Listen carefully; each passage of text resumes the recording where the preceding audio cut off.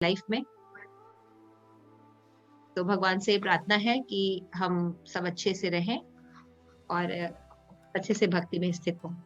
तो हरे कृष्णा, एक बार फिर आप सभी वैष्णव का मंडे की क्लास में बहुत बहुत स्वागत है। तो आज हम शिल प्रभुपाद की जो स्मॉल बुक है नारद भक्ति सूत्र, उसको पढ़ रहे हैं, उसको पढ़ेंगे।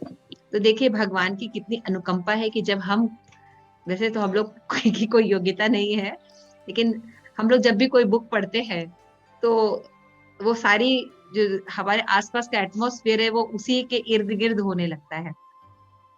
तो जैसे पिछली बार हमने मुकुंद माला स्रोत पढ़ी थी, तो उसी के अकॉर्डिंग सारा एटमॉस्फेयर रहता था। अभी हमने नारद भक्ति सूत्र पढ़ा, तो नारद भक्ति कुंड में हम लोग ने जाके जपा किया, वन में जाके हमारी रिट्रीट हुई और हमने नारद कुंड पर जाके ही जप किया, है ना। तो नारद कुंड के बारे में भक्तों के साथ बैठकर बहुत ही सुंदर।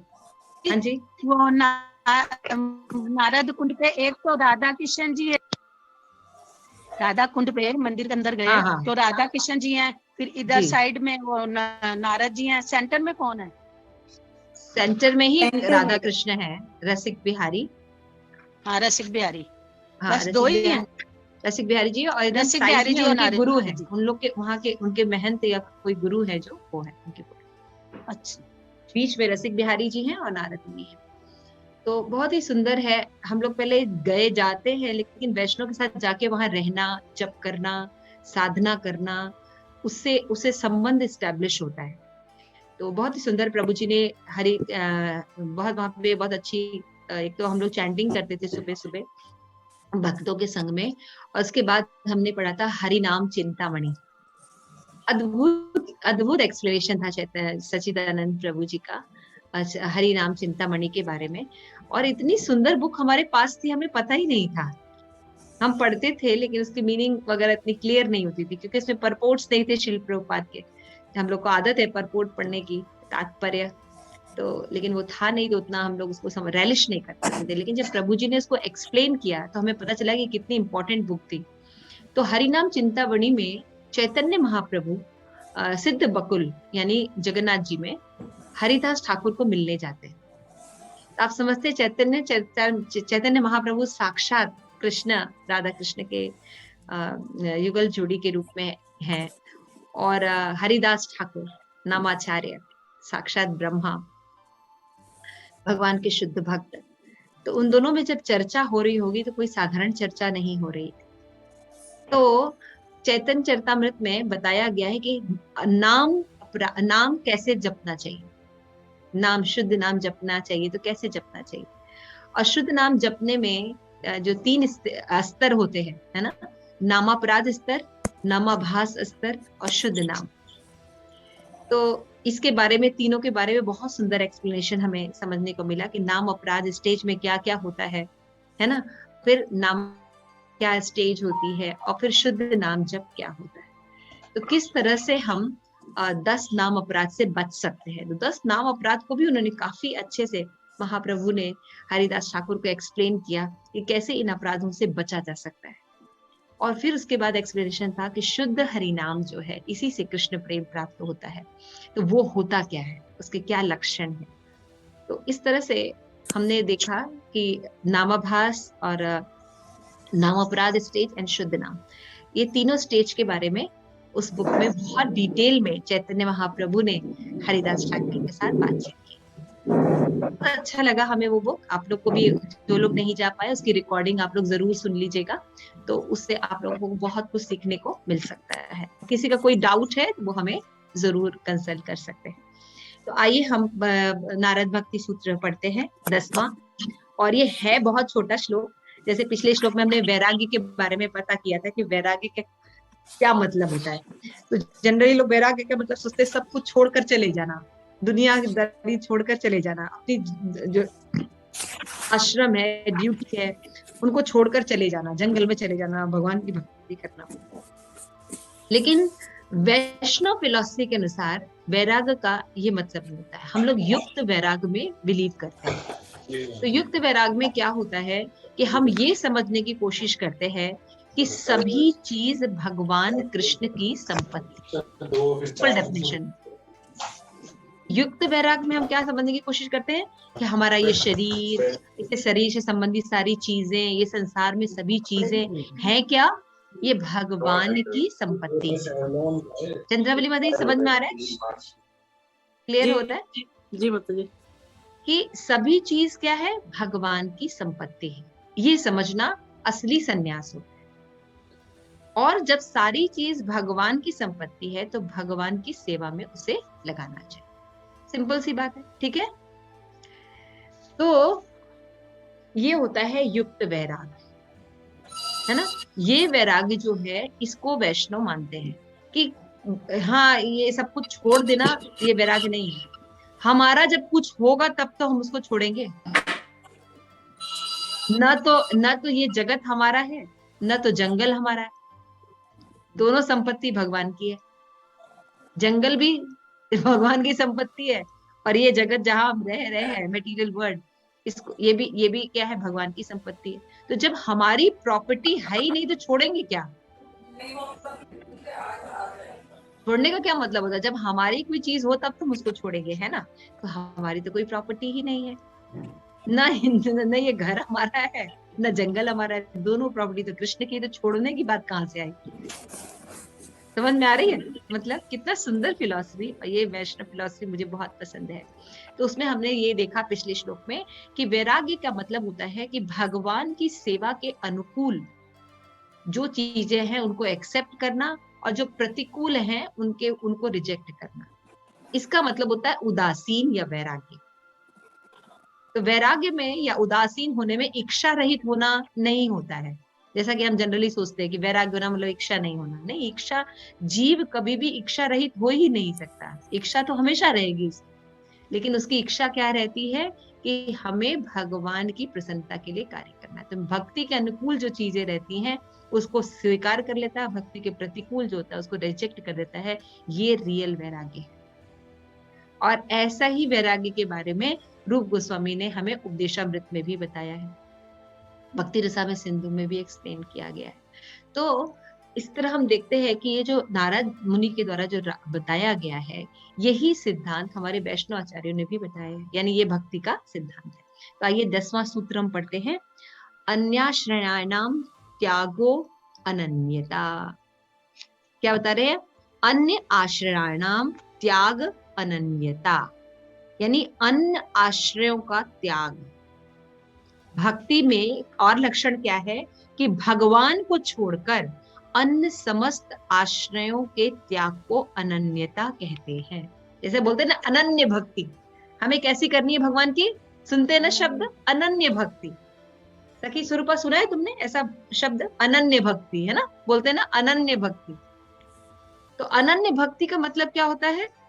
भगवान कृष्ण के अतिरिक्त अब हम किसी को अपना आश्रय नहीं मानते, न तो इस शरीर को, न इस शरीर के संबंधित लोगों को, न ही पति को, न ही अपने माता पिता को, किसी को भी, देवी देवताओं को, किसी को भी हम अपना आश्रय तत्व अब नहीं मानते। हम आश्रय तत्व किसको मानते हैं? ब्रजेंद्र नंदन कृष्ण को। हम ब्रजेंद्र नंदन कृष्ण को एकमात्र आश्रय तत्व मानते हैं। मारिबो राखिबो जो इच्छा तुम्हारी। भगवान मुझे सुख दे, दुख दे, जो भी दे, अब वो मेरे स्वामी हैं। आशीलस्वा पादरताम पिनष्टुमा अदर्शनाम मर्महताम करोतु वा यथा तथा वा विदिधातु लंपटो मत प्राण नास्ति स एव ना पर। ये भाव, मुझे अपनाए भगवान, ठुकरा दे, है ना, किसी के सामने दूसरे को गले लगाए, है ना, मुझे बिल्कुल कोई इंपॉर्टेंट ना दे या बहुत इंपॉर्टेंट दे, जैसा भी वो रखना चाहे, मारे या राखे, जो भी इच्छा। कई वैष्णव तो ये कहते हैं कि जैसे एक पशु होता है, जैसे गाय होती है, बैल होती है, बैल होता है, तो उसको जब एक बार सेल आउट कर दिया जाता है, बेच दिया जाता है, तो जैसा वो मालिक है वो रखता है। जैसा बैल और गाय को मालिक रखता है वैसा बैल और गाय रहती है। ऐसे ही भगवान आपके हाथों में हम बिके हुए हैं। आप हमें खाना देंगे तो हम खाएंगे, आप भूल गए तो हम ऐसे ही रहेंगे। तो एकमात्र आश्रय जो होते हैं वो भगवान कृष्ण होते हैं, और इस आश्रय तत्व पर श्रीमद् भागवतम में हजारों एग्जाम्पल्स हैं। तो मैं आप लोगों से आइस ब्रेकिंग क्वेश्चन पूछती हूँ कि भगवान पर आश्रय किन किन भक्तों ने लिया, एक अनन्य भक्ति किन किन लोगों ने की, उनके नाम बताइए। तो आप लोग हाथ खड़ा कर सकते हैं। यस, प्रेम पद्मिनी। प्रहलाद महाराज। कैसे अनन्य भक्त थे, क्या सिचुएशन? हाँ, उनके जो पिता थे वही उनके सबसे बड़े शत्रु बन गए थे, क्योंकि एक्चुअली जो प्रहलाद महाराज थे वो विष्णु की भक्ति करते थे, और जो उनके पिता हिरण्यकश्यपु थे वो विष्णु को अपना शत्रु मानते थे, क्योंकि उन्होंने उनके भाई हिरण्याक्ष का वध किया था। यस। वो सोचते थे कि जो विष्णु है वो मेरा शत्रु है, और मैं वो उनकी हत्या करना चाहता था हिरण्याकश्यपु।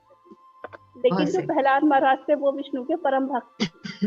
वो एकमात्र कृष्ण, मतलब एक बार विष्णु और कृष्ण की शरण में थे। इनकी उनके पिता ने उनको मारने के लिए हर संभव प्रयास किया, मतलब उनको पहाड़ से फिकवाया, उनको पागल हाथियों के सामने डाला, उनको उबलते हुए तेल के अंदर डाला, उनको अग्नि से जलाकर मारने की कोशिश की। हर प्रयास उनका विफल गया, क्योंकि भगवान और वो एकमात्र भगवान के आश्रम आश्रय तत्व थे, है ना। होलिका में जला दिया। होलिका जो उनकी बहन थी, है ना, उसको वर प्राप्त था कि वो कभी नहीं जलेगी, पता चला वही जल गई प्रहलाद महाराज बच के। ये भगवान है।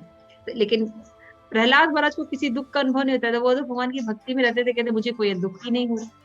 Very good example. Yes, Nandi मुखी माता जी। ध्रुव महाराज।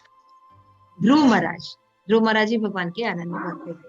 ठीक है, बाद में वो भक्त, शुद्ध भक्त बन गए। हाँ, ठीक है, वेरी नाइस। और बताइए। यस, नरसिंह स्तुति माता जी। माता जी कुंती महारानी। कुंती महारानी कैसे थी माता जी, थोड़ा एक्सप्लेन कीजिए। कुंती महारानी जी ने तो बहुत सैक्रिफाइसेस किए थे, वो भगवान के ऊपर इतनी आश्रित थी। उनके पुत्रों के साथ इतना कुछ हुआ, पांडव पुत्रों के साथ इतना जंगल में रहे, 14 साल वनवास, इतने साल वनवास किया, सब कुछ किया। फिर जो लाक्षागृह में उनको जब जलाया गया जिंदा, बट कुंती महारानी हर वक्त भगवान जी के ऊपर आश्रित रहती थी। और उनकी बहुत सुंदर जो उन्होंने स्तुति गाई, उसमें भी वो मुझे लर्न नहीं है वो श्लोका, पर बहुत सुंदर लगता है। तो जब भगवान जाने लगे तो कुंती महारानी ने एक ही प्रार्थना की थी कि आप अगर अभी चले गए तो मैं आपका दर्शन कैसे कर पाऊंगी, मतलब कि मेरे आपके दर्शन से ही मैं मुक्त हो सकती हूँ, तो मुझे जितने भी दुख आए लेकिन आप मेरे साथ रहें। यही उनकी प्रार्थना थी। कि जैसे गंगा, वो गंगा वाला एक श्लोक था, आई थिंक, मुझे ठीक से याद नहीं आ रहा, बहुत जैसे सुंदर गंगा जो है बिना बाधा के समुद्र की ओर जाती है, उसी तरह मेरा जो मन है वो आपकी तरफ बिना बाधा आपकी तरफ। यस, ये बहुत सुंदर लगता है मुझे, बहुत ही अच्छा लगता है ये मुझे। ये जब भी पढ़ती हूँ तो मुझे लगता है कि ये एक्चुअली हमें पढ़ते रहना चाहिए। बहुत ब्यूटीफुली उन्होंने ये स्तुति गाई है भगवान की। विपदा संतुता शाश्वत जगत गुरु ना, कि हे भगवान, क्योंकि दुख में ही आप प्रकट होते हैं, तो मैं चाहती हूँ दुख मेरे जीवन में सदैव रहे, क्योंकि इससे आपका दर्शन होता है, और आपके दर्शन का मतलब होता है इस संसार में वापस नहीं आना।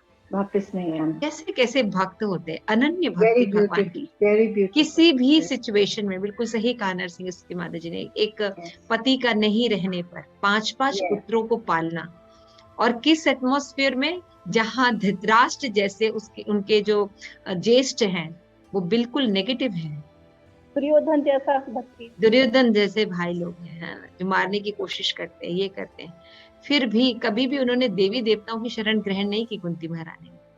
उन्होंने सदैव कृष्ण पर ही आश्रय रखा। तो हम जो सोचते हैं कि हमारे ऊपर ही दुख आता है, भगवान की भक्ति कर रहे हैं, हमारे ऊपर ही दुख आ रहा है, आप देखिए कि भक्तों पर कितना दुख आता है। यस, और कोई भगवान का अनन्य भक्ति? हाँ, सची माता जी। युधिष्ठिर महाराज। यस, सची माई माता जी।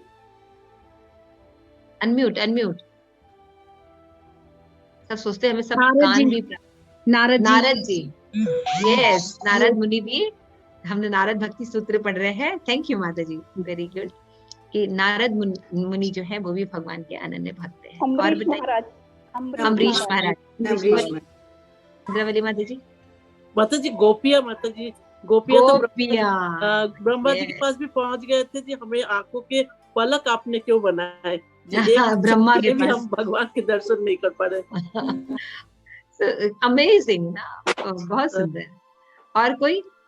माता जी इसमें भीष्म पितामह भी आएंगे क्या? यस, भीष्म पितामह, यस, अनन्य भक्त है भगवान के भीष्म पितामह। और किसी को पावनी महाराज गजेंद्र, गजेंद्र, यस गजेंद्र, लेकिन गजेंद्र एक ही भक्त नहीं थे। पिछले जन्म में वो पता नहीं किसकी भक्ति करते थे, मुझे पता नहीं, लेकिन फिर भी ठीक है, उन्होंने भगवान की भक्ति की, अनन्य भक्ति की, ऐसा वर्णन है बिल्कुल की। सुखदेव गोस्वामी है, सुखदेव गोस्वामी है, परीक्षित महाराज हैं, वेरी नाइस। भरत महाराज भी आ सकते हैं, यस, भगवान के अनन्य भक्त थे। और पावनी माता जी कुछ नहीं बोल रही हैं, भगवान के भक्तों का कोई लिस्ट बताइए, अनन्य भक्ति जिन्होंने भगवान की है। अर्जुन भी है। हाँ, अर्जुन हो गया, यस, अर्जुन। शील प्रभुपाद,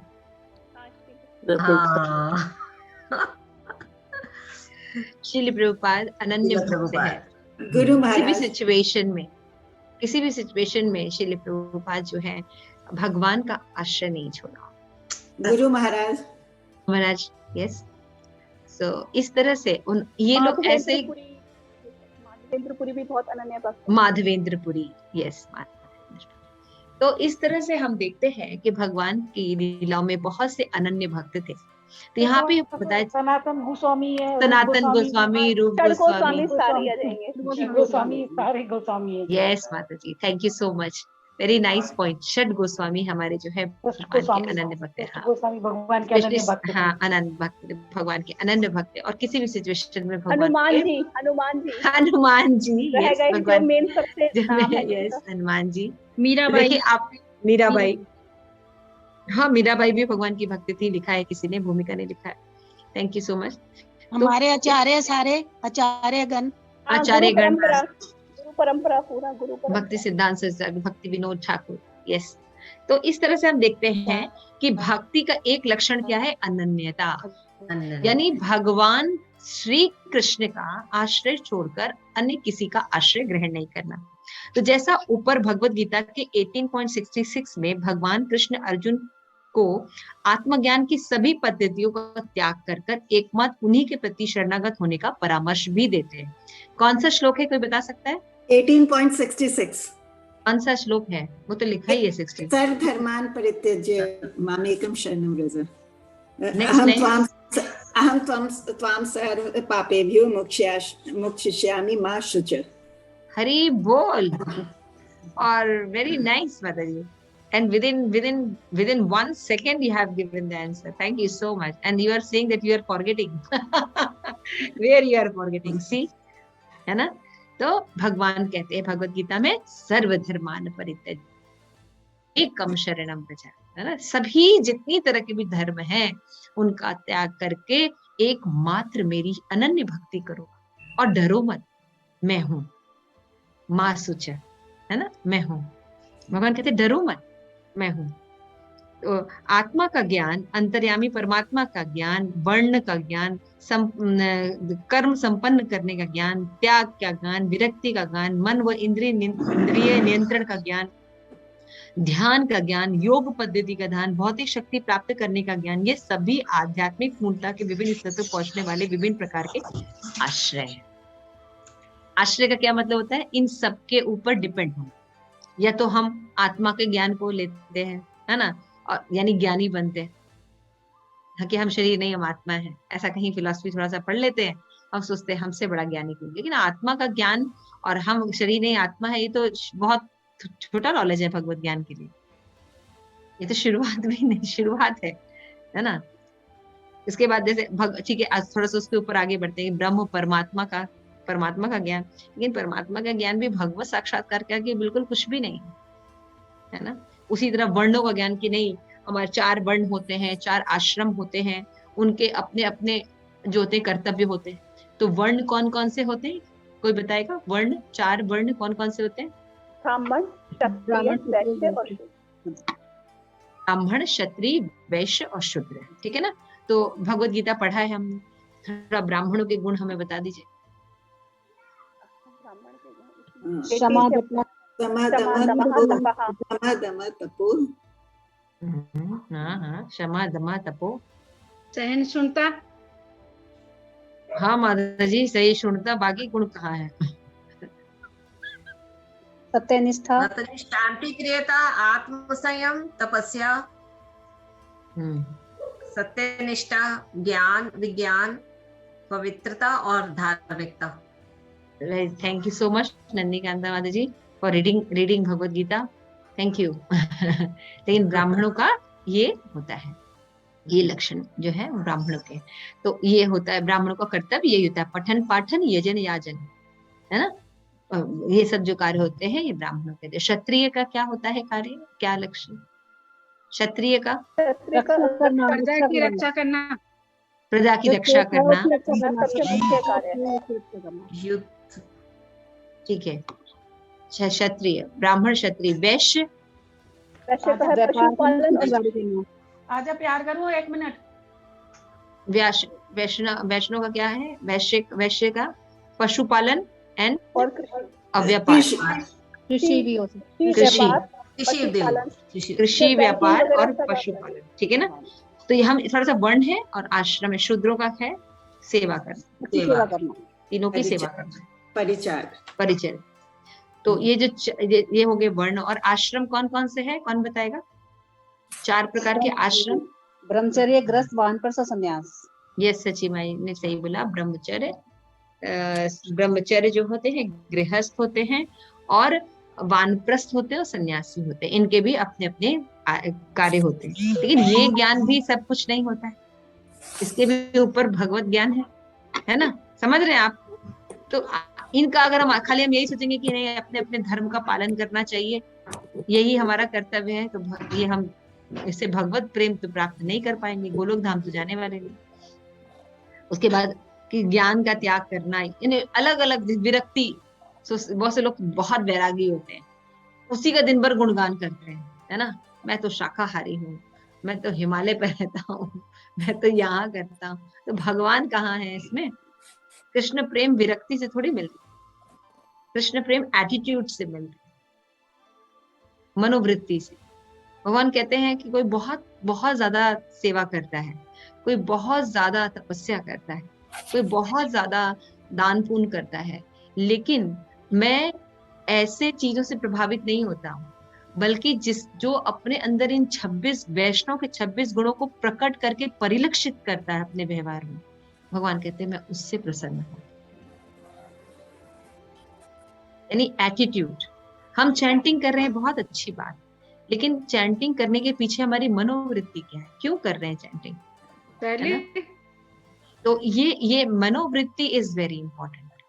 तो ये वैष्णव के जो गुण है, ये विकास करना, ये भी हमारा रियल ईगो है। जब हम सोचते हैं ना कि एक फॉल्स ईगो क्या होता है, कि हम ये शरीर है, ये मिथ्या अहंकार है, लेकिन हम भगवान के दास हैं और एक अणु आत्मा है, ये रियल ईगो है। तो इसको डेवलप कैसे करेंगे? जब हम 26 क्वालिटी वैष्णव के डेवलप करने की अपने अंदर कोशिश करते हैं, जो कि ऑलरेडी है हमारे अंदर, खाली कवर्ड है, माया के द्वारा कवर्ड हो गए, लेकिन ये 26 गुण हमारे अंदर हैं। आत्मा का ये गुण है ना। तो आत्मा को खाली कवर किया गया था, कवरिंग को खाली हमें हटाना है। तो जब ये कवरिंग हट जाती है, ये 26 गुण प्रकट हो जाते हैं, तो इसी को कहते हैं जीव जो है रियल अहंकार में है, कि मैं एक अणु आत्मा भगवान श्री कृष्ण की शाश्वत दासी के रूप में अपनी पहचान कर रही हूँ, और ये अद्भुत है। को संबंध ज्ञान कहते हैं।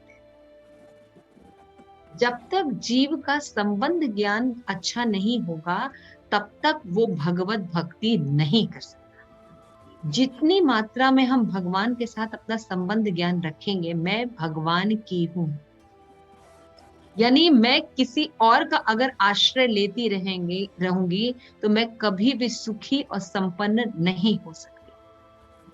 और अनन्य भक्ति का यही मतलब है कि ज्ञान के द्वारा ये समझना कि मेरा भगवान के साथ संबंध है, और जब तक हम प्रामाणिक आचार्य भक्तों के साथ भगवान के इस संबंध ज्ञान के साथ चैंटिंग नहीं करेंगे, भक्ति नहीं करेंगे, एसोसिएशन नहीं करेंगे, तब तक हम जो है वो कृष्ण प्रेम नहीं प्राप्त कर सकेंगे, जो मनुष्य जीवन का लक्ष्य है ना।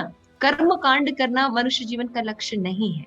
जैसे कि दूसरे अध्याय में बताया गया है कि भोग ऐश्वर्य प्रसक्त आत्मा, जो भोग और ऐश्वर्य में लगा रहता है वो व्यक्ति कभी भी भगवत प्रेम या अटेंटिव चैंटिंग नहीं कर सकता।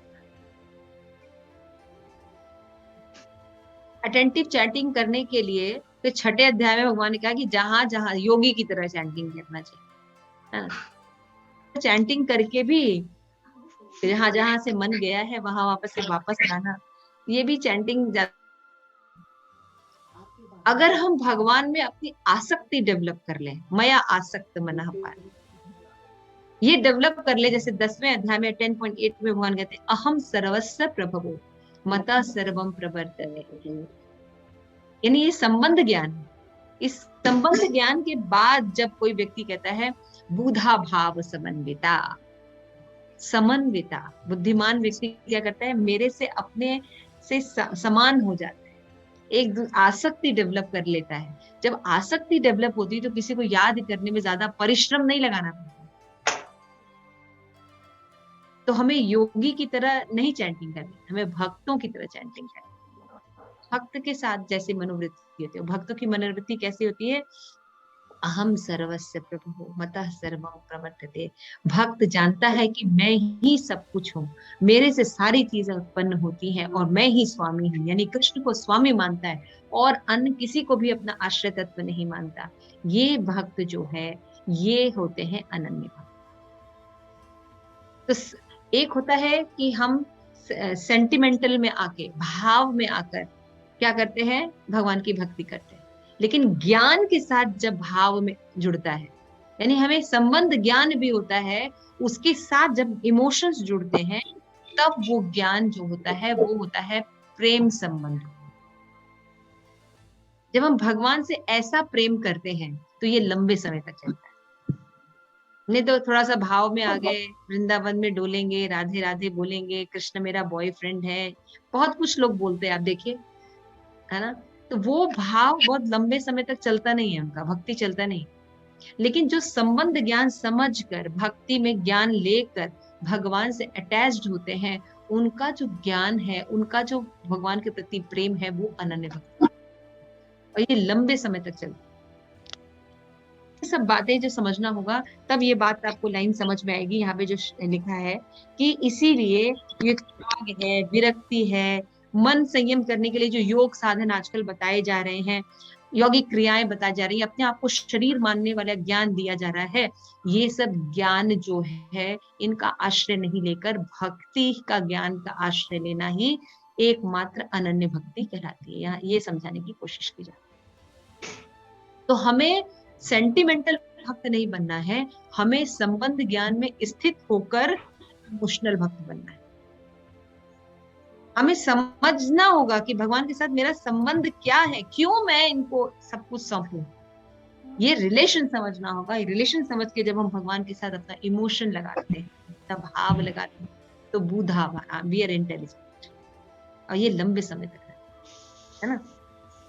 किंतु भगवत गीता में भगवान का अंतिम निर्देश यही है कि इन विभिन्न आश्रयों का परित्याग करके बस उनकी प्रेममयी भक्ति में सेवा को ग्रहण किया जाए एवं भगवान के प्रति इसी शरणागति से हमारी समस्त प्रकार के पापों से रक्षा। भगवान क्या कह रहे हैं, वचन देते हैं, तो अगर मेरी भक्ति स्वीकार करो और मेरी भक्ति स्वीकार करके तुम करोगे, अनन्य मेरी भक्ति करोगे, तो मैं समस्त पापों से तुम्हारी रक्षा कर दूंगा। तुम उसकी चिंता मत करो, तुम बिल्कुल मत डरो। तुमको ये लगता होगा कि मैंने तो इतने पाप किए, मैं तो इतना पतित हूं, मैं भगवान आपको कैसे कर सकता, आप तो बहुत शुद्ध हैं, इतने बड़े हैं, महान हैं, मैं तो एकदम अधम हूं। तो ये सोच मत सोचो। तुम जैसे ही मेरी भक्ति करोगे, क्योंकि तुम मेरे हो, तो मैं तुम्हारे सारे पाप को नष्ट कर दूंगा, तुम चिंता मत करो। लेकिन मेरी भक्ति करो, मेरे पास वापस आओ। क्यों? क्योंकि मैं तुम्हारा हूं और तुम मेरे हो। तुम मेरे हो। जब तक तुम मेरे पास नहीं आओगे तब तक तुम्हें सुख और शांति नहीं मिलेगी। ये जगत हमारा नहीं है, हमारा घर नहीं है, हमारा घर भगवत धाम है। हमने छोड़ के आए, हम सुखी नहीं रह सकते, हमें अपने घर वापस जाना है, हमें अपने पिता के पास वापस जाना होगा। और भगवान इसमें यही कह रहे हैं कि भक्ति का एक और लक्षण क्या है, अनन्यता। वैराग्य था, अभी अनन्य था। उदासीन भी बताया गया, अमरता बताई गई, भक्ति का मार्ग एक श्रेष्ठ होता है। और आज बताया कि भक्ति कैसी करनी चाहिए, अनन्य भक्ति करनी चाहिए, यानी किसी और के आश्रय में नहीं रहना चाहिए, हमें भगवान पर आश्रय तत्व बनाना चाहिए। कैसे? संबंध ज्ञान के साथ, है ना। संबंध ज्ञान हमें कैसे प्राप्त होगा? जब हम भगवत गीता पढ़ेंगे कि हम कौन है, हम किसके हैं, ये प्रकृति क्या है ना, ईश्वर कौन है ना, ये सब जब हम ज्ञान लेंगे तब हमें संबंध। इसके बाद भगवान कह रहे हैं कि अन्य शब्दों में परम पुरुषोत्तम भगवान कृष्ण से सीधी आसक्ति तथा दिव्य ज्ञान में नियुक्त आध्यात्मिक जीवन की परमोच्च सिद्धि है। इस परम सिद्धि क्या है? कृष्ण प्रेम प्राप्त, भगवान कृष्ण से प्रेम होना, ये सर्वोच्च सिद्धि है। जैसे चंद्रावली माता जी बोल रही थी कि गोपियों का प्रेम, गोपियां भगवान से अनन्य प्रेम करती थी, उनको ये चिंता नहीं होती थी कि इनकी भक्ति से मुझे क्या लाभ मिलेगा, वो भगवान को बस प्रेम करती थी और उनकी प्रसन्नता के लिए वो कुछ भी कर, है ना। तो इस तरह से यहाँ पे नारद मुनि करे अन्य अन्याश्रणाम आगो अनन्यता, अन्य आश्रय का त्याग करके भगवान श्री कृष्ण के शरण ग्रहण करना ही अनन्यता है। अब अनन्य शब्द का मतलब आप लोगों को क्लियर हो गया? अन्य नहीं, कोई और अन्य नहीं, एकमात्र कृष्ण मेरे हैं, मैं उनका आश्रय ग्रहण। ठीक है, किसी का कोई प्रश्न?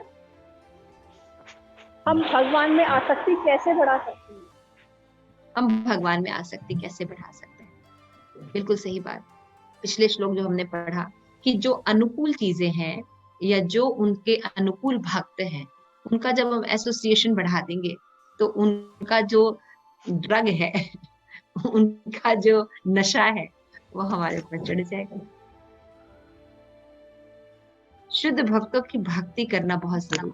आप देखिए, जरा सा भी आप उनका भक्ति करना शुरू कीजिए, आपकी जो चीजें नहीं हो पा रही वो होने लगती, तो उनका नशा हमारे ऊपर चढ़ने लगेगा। अगर मान लीजिए व्हाइट कलर हमारे पास है और हमें इसको रेड कलर बनाना है, तो क्या करना पड़ेगा?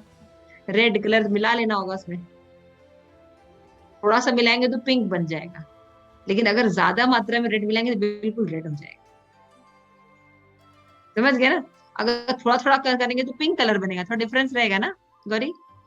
Pink and red is different. Yes माता जी, है ना? यस, थोड़ा different, but make it more whole bottle we can give it to that, क्या then it will become red. जैसे ही साधु संग है, थोड़ा थोड़ा करेंगे तो थोड़ा थोड़ा रंग चढ़ेगा, बट पिंक और रेड का फर्क रहेगा। सखी स्वरूपा, है ना?